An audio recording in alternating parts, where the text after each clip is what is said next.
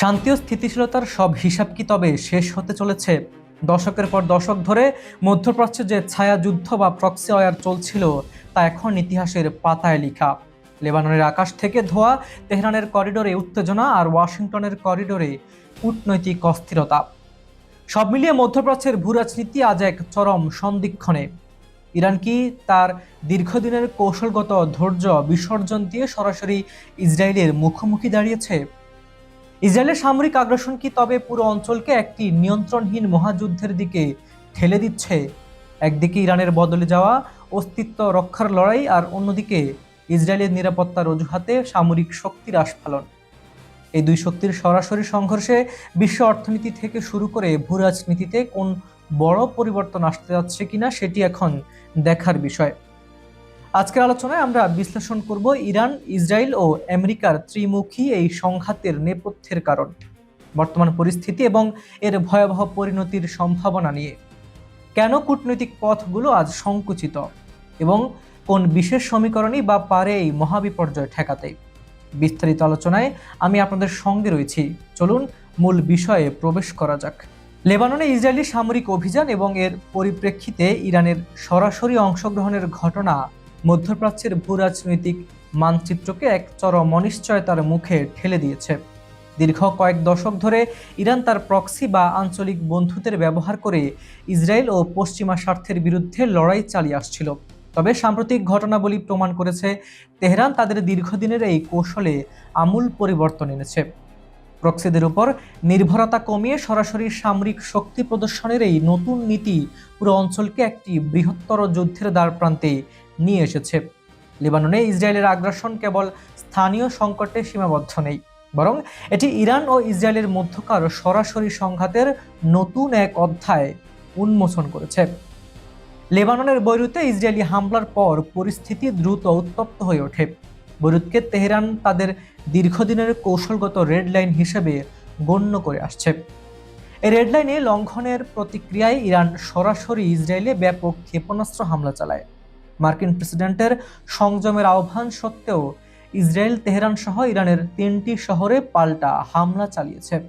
যদিও পরবর্তীতে উভয় পক্ষ সামরিক এবং যুদ্ধবিরতি ঘোষণা দিয়েছে এবং একে অপরের বিরুদ্ধে শর্ত ভঙ্গের অভিযোগ এনে কঠোর হুঁশিয়ারিও উচ্চারণ করেছে। তবু এই অস্থিরতা যে কোনো সময় বড় ধরনের আঞ্চলিক বিপর্যয়ের জন্ম দিতে পারে। ইরানের এই কৌশলগত পরিবর্তনের পেছনে বড় কারণ হলো তাদের নিজেদের অস্তিত্ব ও নিরাপত্তা রক্ষার তাগিদ। বিশ্লেষকদের মতে সেন্টার ফর ইন্টারন্যাশনাল পলিসির গবেষক নেগার মর্তজাবির পর্যবেক্ষণ অনুযায়ী ইরান এখন আর কেবল বন্ধুদের রক্ষার জন্য লড়াই করছে না, বরং ইসরায়েলকে সরাসরি বার্তা দিতে প্রস্তুত যে কোনো ভুল পদক্ষেপের চরম মূল্য দিতে হবে। সাম্প্রতিক হামলার আগে তেহরান ওয়াশিংটনের কাছে কূটনৈতিক চ্যানেলে বার্তা পাঠিয়ে এবং তাদের সংকল্পের ইঙ্গিত দিয়েছিল।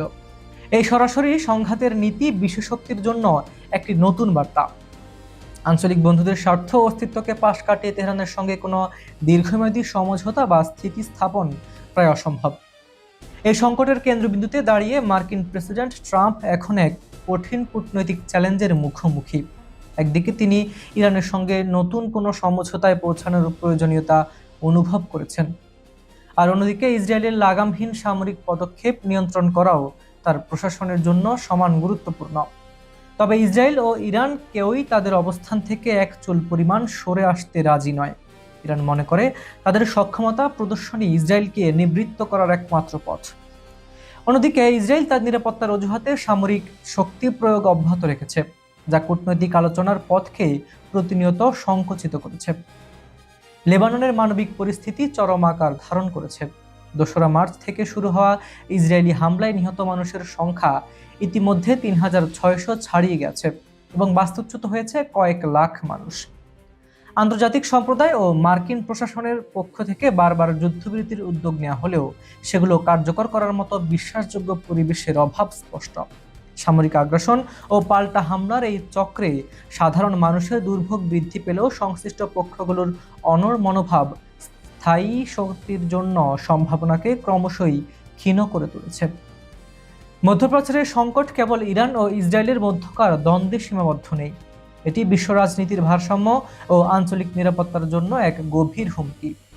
ইরান তার কৌশলে যে পরিবর্তন এনেছে তা কোনো সাময়িক প্রতিক্রিয়া নয়, বরং এক নতুন ভূরাজনৈতিক বাস্তবতার ইঙ্গিত। এই পরিস্থিতিতে ইরান, ইসরায়েল ও লেবাননের প্রক্সি যোদ্ধাদের মতো শক্তিগুলোর অনমনীয় অবস্থান অঞ্চলটিকে দীর্ঘস্থায়ী অস্থিতিশীলতার দিকে ঠেলে দিচ্ছে। যদি বড় ধরনের কোনো কূটনৈতিক হস্তক্ষেপ বা কোনো নতুন সমীকরণ তৈরি না হয়, তবে এই সংঘাত যে কোনো মুহূর্তেই নিয়ন্ত্রণের বাইরে চলে যাওয়ার আশঙ্কা রয়ে যাচ্ছে। এই নতুন ভূরাজনৈতিক প্রেক্ষাপটে ইরান ও ইসরায়েলের মধ্যে সরাসরি সংঘাত এড়ানোর জন্য কোনো কার্যকর কূটনৈতিক পথ আপনার দৃষ্টিতে খোলা আছে কি? কমেন্টে অবশ্যই লিখে জানান। পরিশেষে একটি কথাই স্পষ্ট, মধ্যপ্রাচ্যের বারুদের স্তূপে দাঁড়িয়ে থাকা এই অঞ্চল আজ এমন এক সন্ধিক্ষণে যেখানে প্রতিটি পদক্ষেপ হতে পারে ইতিহাসের মোড় ঘোরানো অধ্যায়। ইসরায়েলের নিরাপত্তা আর ইরানের অস্তিত্ব রক্ষার লড়াই, এই দুই মেরুর সংঘর্ষে আজ কেবল পশ্চিম এশিয়া নয়, কাঁপছে পুরো বিশ্ব। কূটনীতির ভাষা আজ যখন অস্ত্রের ঝনঝনাতি ঢাকা পড়ছে, ঠিক তখন মানবিক বিপর্যয় আর অর্থনৈতিক অনিশ্চয়তা আমাদের সামনে এক বড় প্রশ্নচিহ্ন এঁকে দিচ্ছে। ইতিহাস সাক্ষী, যুদ্ধের ময়দানে জয়ী হওয়া সহজ, কিন্তু শান্তির পথে টিকে থাকা কঠিন। যেদিনে ওয়াশিংটন তার প্রভাবকে সঠিক পথে কাজে লাগাতে পারে, অথবা তেহরান ও তেল আবিব যদি তাদের ধ্বংসাত্মক প্রতিযোগিতার ঊর্ধ্বে উঠে আলোচনার ন্যূনতম পথটুকু খুঁজে না পায়, তবে উত্তাপ কেবল আঞ্চলিক গণ্ডিতেই সীমাবদ্ধ থাকবে না। বিশ্ব শক্তিগুলোকে এখন আর দর্শক হয়ে থাকার সুযোগ নেই। এর কারণ আগুনের আঁচ ছড়িয়ে পড়েছে সবার আঙিনায়। আমরা কি তবে সংঘাতের এক অন্তহীন চক্রে আটকা পড়ে গেছি, নাকি এখনো সময় আছে পুরনো জেদ ভুলে নতুন কোনো বাস্তবসম্মত সমীকরণ তৈরির? উত্তরটি হয়তো সময় বলে দেবে, কিন্তু এই সময়টুকু ফুরিয়ে আসছে দ্রুত। আপনাদের কি মনে হয়, কূটনৈতিক পথ কি আসলেই বন্ধ হয়ে গেছে, নাকি পর্দার আড়ালে এখনো কোনো আশার আলো অবশিষ্ট আছে? আপনাদের মূল্যবান মতামত আমাদের জন্য অত্যন্ত গুরুত্বপূর্ণ। আপনারা পৃথিবীর যে প্রান্ত থেকে আমাদের এই বিশেষ আলোচনা দেখছেন, অবশ্যই কমেন্ট বক্সে আপনাদের ভাবনা জানাতে ভুলবেন না।